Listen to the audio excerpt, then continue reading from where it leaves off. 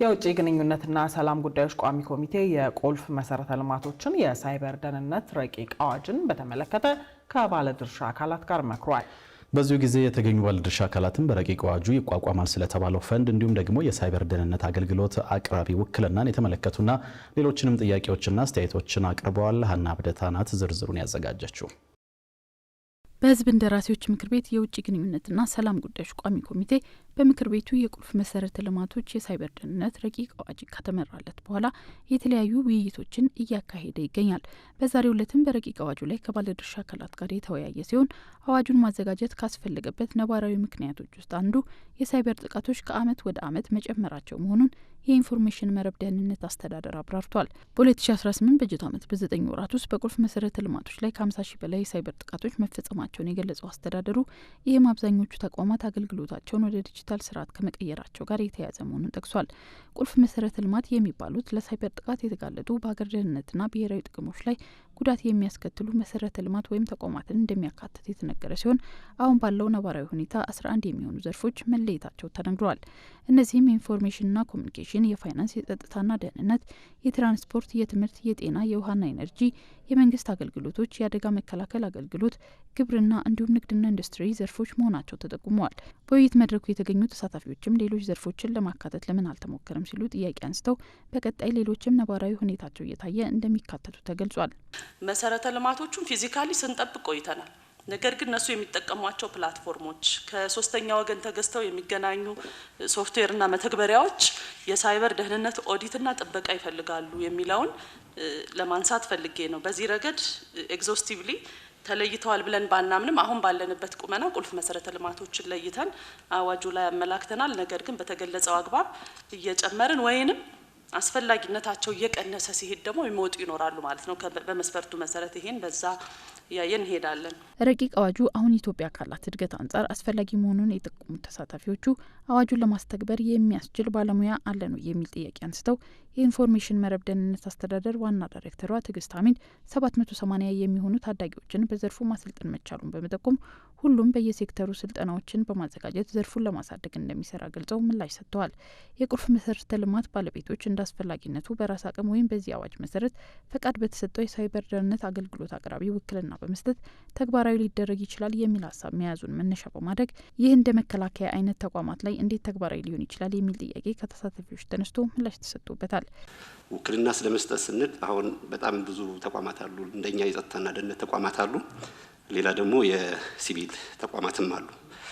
ይሄ ውክልና መስጠት ማለት እዚህ ጋር የተቀመጠው ነገር ትንሽ ግልጽ የሚሆንበት ነገር ቢኖር በሌላ አሰራር ሊገለጽ ይችላል። ግን ውክልና የምንሰጠው ምንድነው ነው? የፕራይቬት ሴክተሩን ኢንጌጅ አድርጎ መስራት አለብን ብለን እናምናለን። የዚህ የቁልፍ መሰረተ ልማት ጥበቃ አዋጅም የፕራይቬት ሴክተሩን እድል ሲሰጥ በዋናነት በሚመረጡ የሴኩሪቲ ክሊራንስን ባለፉ ቅድም ሲነሳ እንደነበረው ትረስትን ቢውልድ ማድረግ የሚያስችል ኢኮሲስተም መገንባት ያስፈልጋል። በሀገር ውስጥ ያለውን ሳናምን የውጭውን ልናምን አንችልም።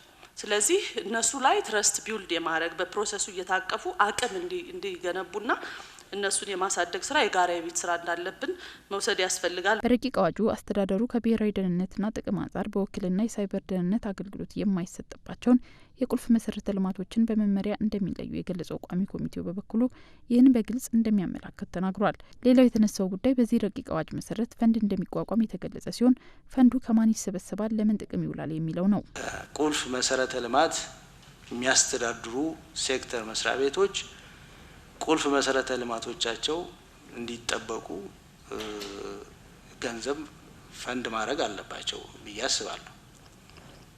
ፈንዱ ግን ከነሱ ብቻ ላይሆን ይችላል። ሌላውም ማህበረሰብ ዜጋ በተለያየ መንገድ የፈንዱ አካል ሊደረግ ይችላል። በዋነኝነት ግን እነዚህ ተቋማት ናቸው ባለቤቶች ብዬ ነው የምወስደው። ስለዚህ ሞዳሊቲው ቀየር ባለ መንገድ ቢመጣ ይሻል ይመስለኛል። ቢታይ ለምሳሌ በጀት ሳይዝድ የሆኑ መስሪያ ቤቶች አሉ። ከበጀታቸው የሆነ ፐርሰንት ሊሆን ይችላል። ወይም ደግሞ በትርፍ የሚተዳደሩ ሴክተር መስሪያ ቤቶች ካሉ ደግሞ ከሚያገኙት አመታዊ ትርፍ ይህን ያህል ፐርሰንት ለፈንድ ማዋጣት አለባቸው አይነት ነገር ሊሆን ይችላል። ይህን በተመለከተም የውጭ ግንኙነትና ሰላም ጉዳዮች ቋሚ ኮሚቴ ማብራሪያ ሰጥቷል። ብሔራዊ መረጃ ደህንነት ይኖራል፣ መከላከያ፣ የጸጥታ ደህንነት፣ ሌሎችም ይኖራሉ። ትምህርት ሚኒስቴሩም ሊሆን ይችላል። ለፕሮፊት አይደለም የተቋቋሙት። ከአጠቃላይ ዓመታዊ ገቢያቸው ያህል % ብሎ እዚህ ማስቀመጥ አንችልም። ቴሌኮም፣ አየር መንገድ የመሳሰሉ ሌሎች የመንግስት የልማት ድርጅቶችም አሉ። እነዚህን ምን ያህል ነው የሚከፍሉት? እንዴት ነው የሚከፍሉት? የእነዚህን ዝርዝር የክፍያ ሂደት በደንብ ነው የሚወጣው። ግን አንደኛ የምንስማማው ክፍያ መዋጮ መክፈል አለባቸው። ዝርዝሩ ግን ወደፊት በሚታይ በደንብ ነው። የተሰበሰቡ ክፍያ ደግሞ ከነዚህ ተቋማት ለምን አገልግሎት ይውላል የሚለውን እኛ ረቂቅ አዋጁ ላይ እንዲመለከት እናደርጋለን። በዚሁ መድረክ ላይ ከተለያዩ ተቋማት የተጋበዙ ባለድርሻ አካላት ሰነዱ ቀድሞ ስላልደረሳቸው ሀሳብ ለመስጠት እንደሚቸገሩ በመግለጽ አስተያየታቸውን በጽሁፍ እንዲያቀርቡ የጠየቁ ሲሆን ቋሚ ኮሚቴውም ከ5 ቀን ቀድሞ ደብዳቤ ለሚመለከታቸው አካላት መላኩን ጠቅሶ ማንኛውም አካል አስተያየቱን አዋጁ እስከሚጸድቅበት ቀን ድረስ በጽሁፍም ሆነ በአካል ማቅረብ እንደሚችል ተናግሯል።